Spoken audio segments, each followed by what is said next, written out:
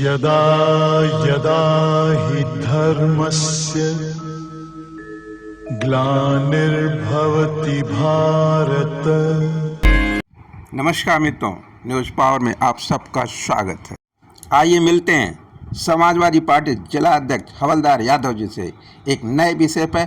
आज news power की team Samajwadi party जिला अध्यक्ष आजमगढ़ आदरणीय हवलदार यादव जी से मिलने का एक मौका मिला है। कुछ पल के लिए हम जानने की कोशिश करेंगे कि आज समाजवादी पार्टी अब बतौर जिला अध्यक्ष क्या सोच रहे हैं और जिस तरह से NDA versus INDIA inclusive alliance की बात चल रही है, उसमें जाति जनगणना एक विशेष मुद्दा है।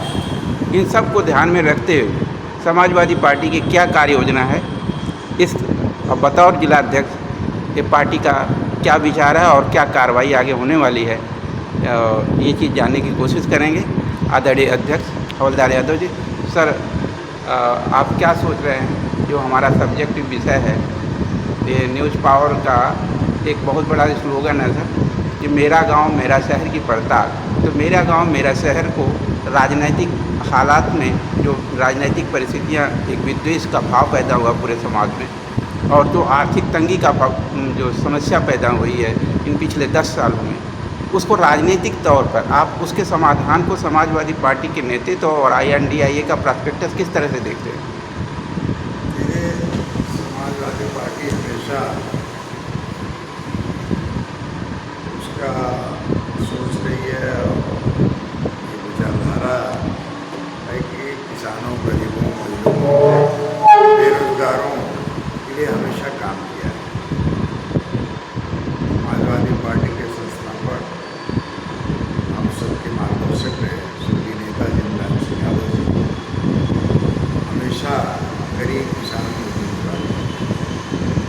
कैसे लोगों को मुफ्त शिक्षा, मुफ्त दवाई का इंतजाम हो, किस तरह से लोगों को राहत मिले, ये बराबर उनके विचारधारा में रहता था और उन्होंने उसी स्तर पर चल करके पार्टी बना करके उन्होंने काम भी किया।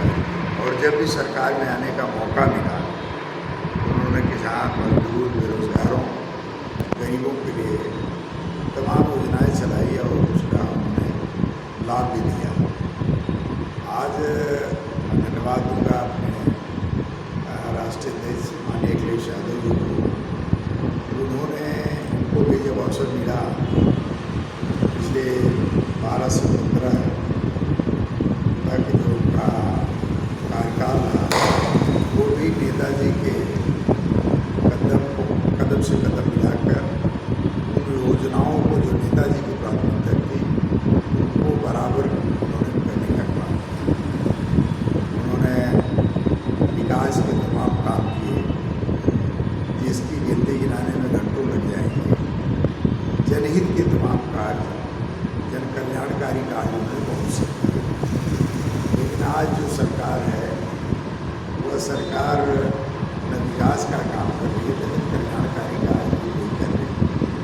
महंगाई, बेरोजगारी चरम सीमा पर, भ्रष्टाचार चरम सीमा पर, अपराध दिन रात बढ़ते जा रहे हैं, इनका किसी भी कंट्रोल नहीं है। और आज हालात ऐसे हैं, महंगाई के कारण गाँव में रहने वाला व्यक्ति 2 जोड़ की रोटी कैसे मिले, इसके लिए वो परेशान, उसका इंतज़ाम नहीं हो पाया। बेरोजगारी का आलम यह है कि गाँव में लोग बेरोजगारी के कारण लड़के पढ़ लिख करके घरों पर बेकार बैठे, गाँव पर भी कोई काम नहीं। ऐसी परिस्थिति में देश के जो हालात हैं बहुत ही समाज को उत्तेजित कर रहे हैं, समाज में लोगों को परेशान कर रहे हैं। किस तरह से हम लोग आगे काम करेंगे, किस तरह से हम अपने आगे आने वाली पीढ़ी को पढ़ाएंगे, इन सब चीज़ों पर आज मंथन चल रहा है। और भारतीय जनता पार्टी लगातार गरीबों के बीच में झूठ बोल करके, झूठे झूठे वायदे करके, धर्म को राजनीति करके समाज को उलझा करके बुनियादी मुद्दों से ध्यान हटाने का काम करते। लेकिन अब देश की जनता इस बात को समझ रही है कि भारतीय जनता पार्टी झूठ बोलती है, भारतीय जनता पार्टी कभी भी गरीबों के लिए काम नहीं करेगी, वो हमेशा पूंजीपतियों के लिए काम करेगी। और इन्होंने जो वायदे किए थे, चाहे वो 15 लाख रुपये चाहे 2 करोड़ रोजगार का हो, सबके खाते में डालने का, बेरोजगारों को प्रतिवर्ष 2 करोड़ नौकरी देने का, और महंगाई कम करने का, सीमाओं पर आतंकवादी हमले बिल्कुल न होंगे, ब्लैक मनी वापस लाने का, ब्लैक मनी वापस लाने का, ये सभी वादे जो उन्होंने किया था, सब वादे उन्होंने धराशायी हो गई, कोई भी वादा उन्होंने पूरा नहीं किया। फिर बाद में इन्होंने कहा नोटबंदी हम लगा करके देश में जो काला धन है उसको लाएंगे, वापस लाएंगे और 15-15 लाख खाते में बांटेंगे, गरीबों में बांटने का काम करेंगे। उन्होंने कहा नोटबंदी से आतंकी हमले खत्म हो जाएंगे, उनकी कमर टूट जाएंगी। कश्मीर के हालात आज भी आगे भी उसमें कोई प्रगति नहीं हो रही। उन्होंने कहा GST लगा कर one tax one country one tax का इन्होंने कहा था, इससे महंगाई कंट्रोल हो जाएगी। लेकिन इन तीनों चीज़ों से महंगाई कंट्रोल होने के बजाय महंगाई बढ़ती जा रही है। महंगाई इस हद पर है कि आम आदमी सिकुड़ गया है, आम आदमी का हालात यह है उसकी सेविंग खत्म हो गई है, वह अपने बच्चों को पढ़ा नहीं सकता, दवा का इंतजार नहीं कर सकता, आवश्यक चीज़ें खरीद नहीं पा रहा है। ऐसी परिस्थिति में क्योंकि जितना कमा रहा है उतना खर्च कर दे रहा है पर डे। आम आदमी परेशान है। आज अपराध बढ़ रहे हैं, उसका मूल कारण बेरोजगारी है, महंगाई। तो भारतीय जनता पार्टी पूरे तौर पर फेल हो चुकी है। मोदी का जादू फेल हो चुका है। योगी का जो दावा था कि हम यहाँ पर कानून का राज कायम करेंगे, आज वो भी अपने आप में खत्म हो चुका है। ऐसी परिस्थिति में भारतीय जनता पार्टी के बारे में आम जनता की धारणा बदल चुकी है। और 2024 जो करीब होता जा रहा है, आज लोगों की धारणा बनती जा रही है कि अब इसका मुकाबला जो INDA मोर्चा बना है वही कर सकता है। तो ऐसी स्थिति में आज पूरे देश में मोर्चे की हवा चल रही है और भारतीय जनता पार्टी का ग्राफ गिरता जा रहा है। उत्तर प्रदेश में समाजवादी पार्टी निश्चित तौर पर अपने संघर्षों की बदौलत, अपनी नीतियों और कार्यों की बदौलत आज उत्तर प्रदेश से भारतीय जनता पार्टी को उखाड़ फेंकने में कामयाब हो गई, क्योंकि पूरा प्रदेश की जनता ये समझ चुकी है कि अखिलेश यादव के कार्यकाल में जो काम हुए थे उसके मुकाबले जोगी जी उसका एक हिस्सा भी नहीं कर पाए। अखिलेश यादव एक काम कर सकते हैं, लोगों का विश्वास बढ़ा है। और जो मोर्चा बना है INDIA हाँ, इंक्लूसिव है, निश्चित तौर पर यह मोर्चा कामयाब होगा। और इसमें जो ये है सर 2024 में सफलता मिलेगी। जी, ये आरक्षण का जो विषय आया, उसमें महिला आरक्षण की बात इन्होंने किया कि हम उसके बाद ये कर देंगे, और जो उन्होंने शगुफा छोड़ा था वो भी एक जुमला साबित हुआ। देखिए, महिला आरक्षण उन्होंने जो लाने का काम किया हुआ उनकी मंशा नहीं है। उन्होंने देखा जब DIA जो गठबंधन बना है वो हमको परास्त कर देगा, वह आगे आने वाले 24 में बड़ी चुनौती दे रहा है। तो ऐसी परिस्थिति में उन्होंने महिलाओं को रिझाने के लिए महिला आरक्षण बिल पेश किया।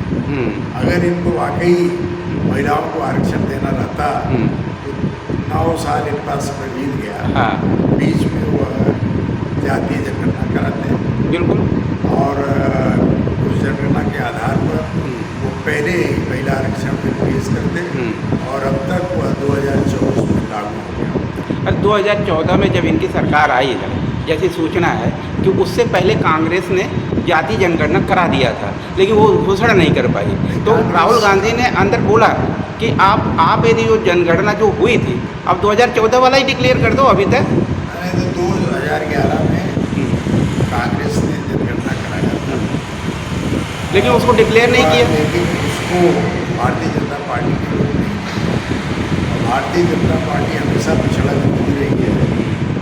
यह लोग पूंजीपतियों के गुलाम हैं, और यह लोग हमेशा पिछड़े वर्ग के लोगों को बरगला करके, झूठ बोल करके, धर्म के नाम पर देश की राजनीति पर कब्जा किए हैं। और आज पिछड़ा वर्ग इनसे पूछ रहा है कि जो हमको संविधान के अनुसार आरक्षण मिला था, जो हमारे पढ़ाई लिखाई का इंतजाम होना चाहिए था, जो आपने वादा किया था छात्रवृत्ति देने का, पढ़ाई में जो सहयोग करने का, दवा का इंतजाम करने का, लोगों के सुख सुविधा का, वह आज नहीं मिल रहा है। निश्चित तौर पर जनता के इस जवाब से जो पिछड़े वर्ग के लोग हैं, उनके इस सवाल से भारतीय जनता पार्टी मुकर रही है, और उनको बरकराने के लिए महिला आरक्षण पेश किया है। और जबकि बार बार ये विरोधी दल के सभी दल ये कह रहे हैं कि जाति जनगणना कराई जाए, जिससे देश में जो आरक्षण को लेकर के जो जात के आधार पर एक दूसरे को लड़ाया जाता है, लड़ाने का मैटर ही खत्म हो जाए। जात के आधार पर लोगों के बीच में वैमनस्यता पैदा की जाती है। एक आंकड़ा आ जाए, उस आंकड़े में आर्थिक, शैक्षिक और अन्य सुविधाएं किस स्तर पर किसको मिली हैं, वो अभी क्लियर हो जाए, और उस आधार पर उसको आरक्षण का लाभ दे करके उसके जो माली हालत है उसको सुधारा जाए। लेकिन भारतीय जनता पार्टी इसको नहीं करना चाहती, जिसकी वजह से आज लाख लोगों के कहने के बावजूद भी जातीय जनगणना कराने के पक्ष में भारतीय जनता पार्टी नहीं है। जबकि बिहार में जातीय जनगणना हो गई, वहाँ स्पष्ट हो गया किसकी जितनी संख्या है, और संख्या के आधार पर कितना किस लोगों में कितनी नौकरी है, कितना शिक्षा है, कितना बेरोजगारी है, उनकी आर्थिक स्थिति क्या है, ये आंकड़ा बिहार की सरकार को उपलब्ध हो गया है। और बिहार की सरकार उस आंकड़े के आधार पर जिनको अब तक लाभ नहीं मिल पाया है, उनको लाभ देने का काम करेगी।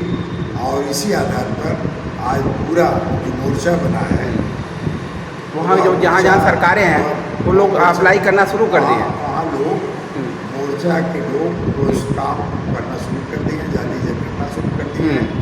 और हमारी मांग है 2024 का कमिटमेंट है, 2024 तक ये जनगणना करा ली जाए तो हो जाएगी, जल्दी हो जाएगी।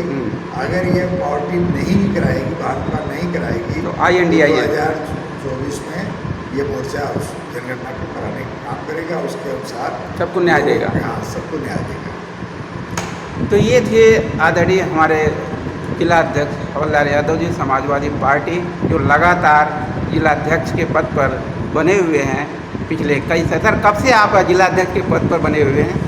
2011 से। 2011 से अभी तक इनका समाजवादी पार्टी के पास इनका कोई विकल्प नहीं। ये ऐसा क्यों?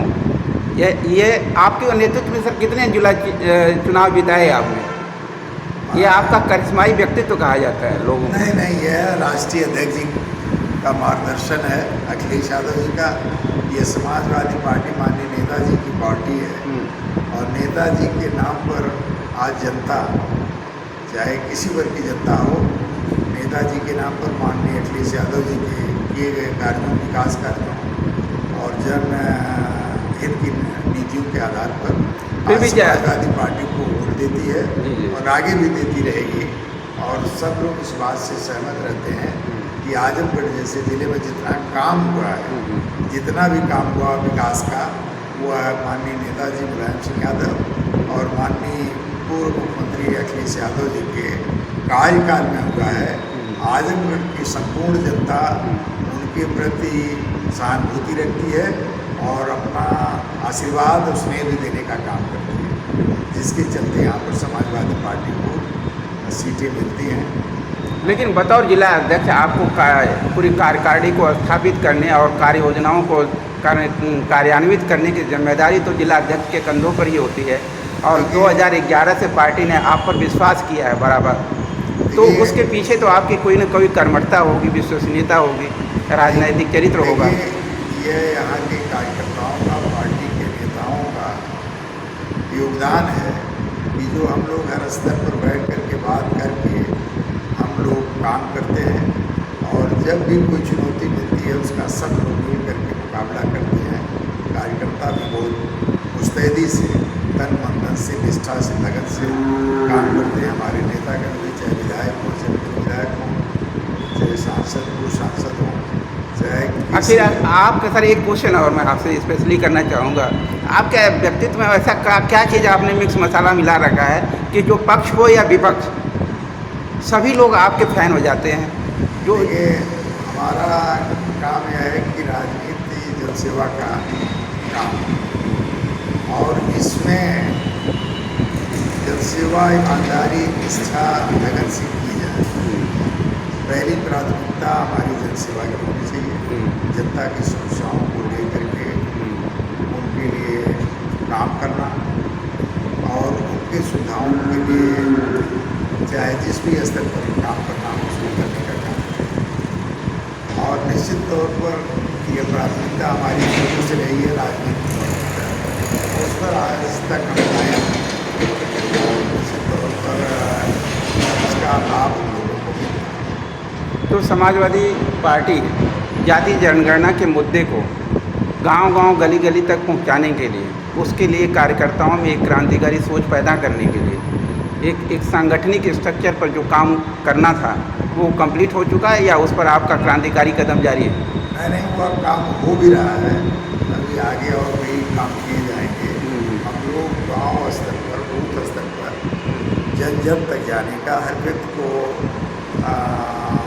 समाजवादी पार्टी की नीतियों से अवगत कराने अपने उद्देश्य से, और भारतीय जनता पार्टी जो आज सबको बरगला करके, जोड़ करके, जो उनको वोट लेकर के सत्ता में आई है और जो आज महंगाई, बेरोजगारी, भ्रष्टाचार चरम सीमा पर है, इसके बारे में हम लोग बताने का काम।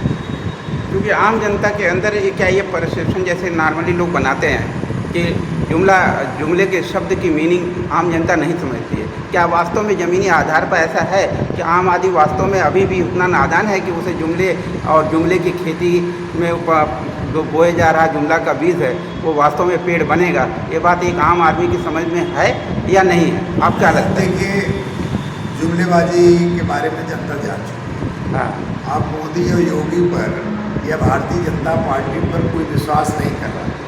अब तो लोग कह रहे हैं, सीधे कह रहे हैं, अरे मोदी जी अब जो कहते हैं, पहले तो हम समझते थे सही कहते हैं, वह बिल्कुल झूठ बातें निकल रही हैं।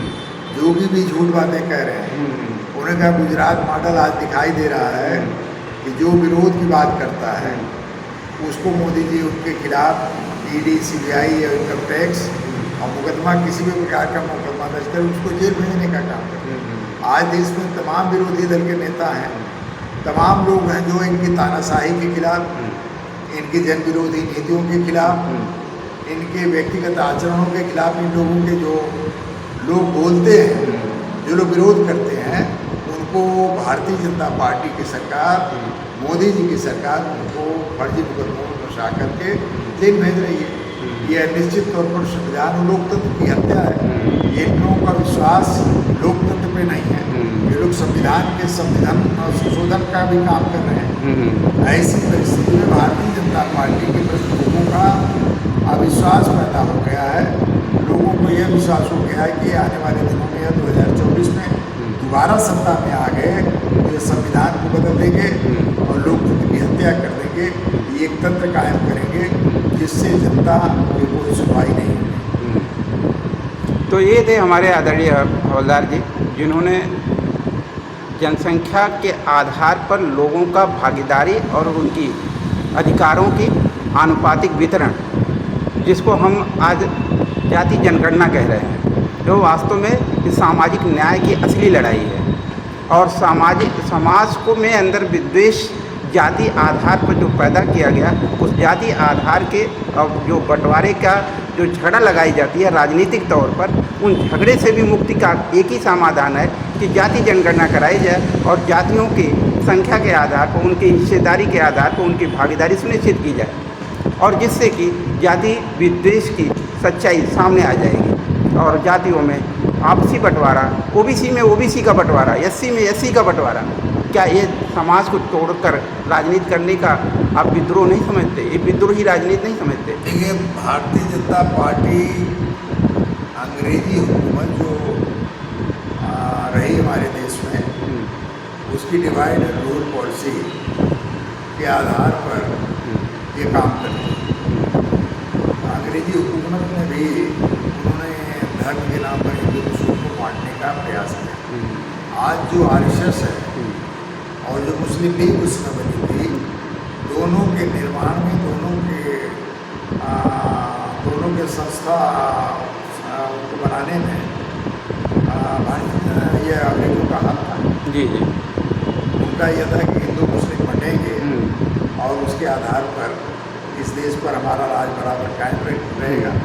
लेकिन उनकी ये भूल हो गई, जनता बंटी नहीं, संगठन तो बने लेकिन जनता को बांट नहीं पाए। हिंदू मुस्लिम सिख ईसाई सभी लोगों ने मिल कर देश में आज़ादी की लड़ाई लड़ी। आज भारतीय जनता पार्टी उसी रास्ते पर चल रही है कि किस तरह से हम धर्म और जाति के नाम पर लोगों को बांट करके हम अपने सत्ता कायम करते। वह घर घर में बंटवारा करती है। 3 तलाक के नाम पर वह परिवार को बांटने का सोच रही थी, लेकिन वह किसी भी मकसद में कामयाब नहीं है और जनता उस चीज़ को समझने लगी। जनता उस बात को समझने लगी। तो देखिए, अब ऑलमोस्ट सभी जो आज के करंट में बातें पॉलिटिकल मार्केट अफेयर्स में चल रही हैं और वो सब चीज़ों पर अपने अपने अलग अलग मुद्दों पर इन्होंने अपना पूरा विस्तृत ओपिनियन दिया। और आज आजमगढ़ की जनता वास्तव में क्या सोच रही है, जनता को फैसला खुद करना होगा कि उसके हित में क्या है। उसके हित में INDIA का इंक्लूसिव जो कॉन्सेप्ट है और इंक्लूसिव अलायंस का जो अपना जो जाति आधार पर सामाजिक न्याय के अधिकारों को बांटने की परंपरा का एक नई शुरुआत आदरणीय राहुल गांधी एंड पूरी INDIA के रूप में चल रही है। आदरणीय अखिलेश यादव जिसके सबसे विशेष भागीदार हैं उत्तर प्रदेश की राजनीति में, तो इन सब के लिए उनके हाथों को, आदरणीय अखिलेश जी के हाथों को मजबूत करने के लिए जिला अध्यक्ष बतौर समाजवादी पार्टी इन्होंने जो अपनी बात बताई है, वो जनता, आजमगढ़ की जनता उसे स्वीकार करती है और उसको बार बार इनके इन विचारों के साथ जनता खड़ी हुई है और आगे भी जनता खड़ी होती रहेगी, यह आदरणीय अध्यक्ष जी का ऐसा विश्वास है। आप मानते हैं कि जनता इस बार पूरी तरह से INDIA को सपोर्ट करेगी और समाजवादी पार्टी के साथ खड़ी होगी? को जनता पूरी तरह से सपोर्ट करेगी और भारतीय जनता पार्टी की सरकार को उखाड़ फेंकेगी। 2/3 मेजॉरिटी इंडिया की आएगी, INDIA की आएगी। हाँ। और क्योंकि देखिए, मीडिया के अंदर भी ये बात बहुत स्पष्ट हो चुकी है कि आज राष्ट्रीय स्तर पर जो राजनीतिक विश्लेषण हो रहे हैं उसके अंदर ऑलरेडी बीजेपी अपने सभी क्षेत्रीय जहाँ इनकी सरकारें थी वहाँ ये खत्म होते जा रहे हैं। चाहे वो महाराष्ट्र रही हो, चाहे वो कर्नाटका रही हो, चाहे दूसरे मध्य प्रदेश और राजस्थान की बात चल रही है, वहाँ पर पार्टी टुकड़े टुकड़ों में बट रही है। ये पार्टी का व्यक्तिगत हार है, न कि किसी का उस पर थोपा हुआ हार है। ये पार्टी अपने चरित्र को बदलने के दुष्परिणामों को झेल रही है, लेकिन उसका दुष्परिणाम दूसरों पर ED और पहले तो कहा जाता था भूत आते थे, अब आ जा रहे हैं ED और CBI जो सामाजिक भूत के रूप में पहचाने जा रहे हैं। शायद इससे आने वाला जो राजनीतिक माहौल तैयार होगा उसमें इन सब से परहेज किया जाएगा और एक भारतीय चरित्र का, भारतीयता का एक नया राजनीतिक परिवेश पैदा किया जाएगा और वो होगा INDIA का इंक्लूसिव अलायंस का राजनीतिक नया ऐतिहासिक चरित्र, जिसमें हर व्यक्ति को, हर जाति को, हर संप्रदाय को उसकी संख्या के आधार पर उसको न्याय मिलेगा और गांव-गांव तक न्याय अपनी पारदर्शिता और आज समाज में जो अन्याय का बिगुल बचा हुआ है वो खत्म होगा और एक समृद्धि का नया रास्ता आएगा। ऐसा समाजवाद का सिद्धांत भी है और समाजवाद का वसूल भी है।